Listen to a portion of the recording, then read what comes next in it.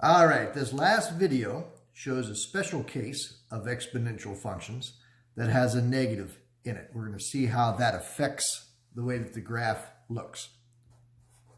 We'll stick with our normal values for x, and we'll start to plug in. And I'm going to start this time with the 1. And if I plug a 1 in, I'll have negative 4 to the first, which is negative 4.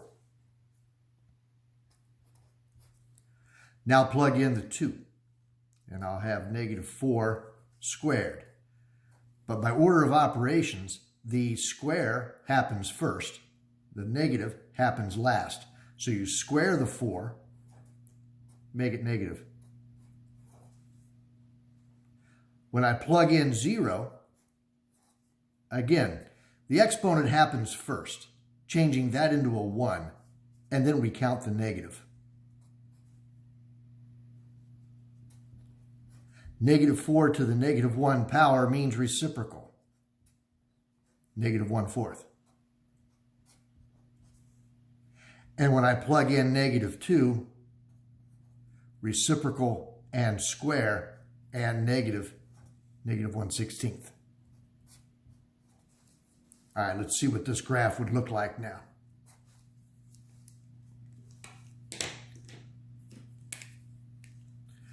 When x is 0, y is negative 1. When x is 1, y is negative 4. When x is 2, y is negative 16, way down here. When x is negative 1, negative 1/4, can you see the asymptote happening as x is negative 2? Here's my asymptote, very close to it, don't touch it. And then this exponential curve is going to decrease more rapidly, more rapidly, more rapidly, just like that. We'll label 1. We'll label 2. Beautiful. Let's try one more.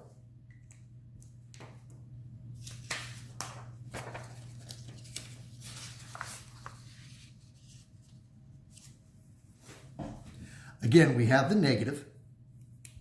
This time I'm going to start with the negative 1. If I plug in negative 1, I'll have the opposite of 1/3 to the negative 1 power. But a negative 1 power means reciprocal. The reciprocal of 1/3 is 3, is negative 3. Plug in the negative 2.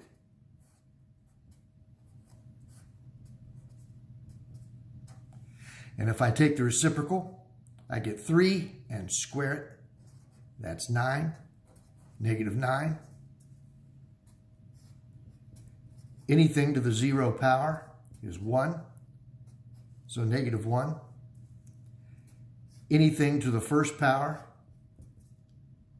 is itself.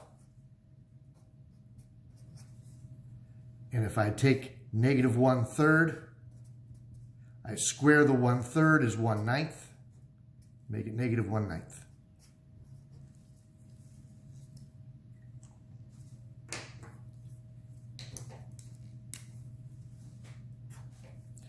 Here's my y-intercept. When x is 0, y is negative 1.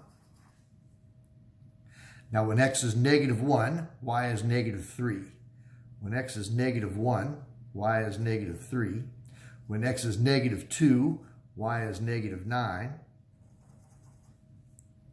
When x is 1, y is negative 1/3. You see how I'm approaching the asymptote.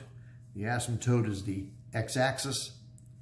And here's my exponential curve. If I think of this from left to right, this is increasing very quickly, and then it increases at a slower and slower rate as it approaches the asymptote. Let's label 1 and label 2. Great. All right, I want to thank you all for working so hard. I miss you all a lot. Sure wish we were in a classroom together, but we'll make the best of this. You're doing great. Work some more homework problems, and I'll see you in a couple of days.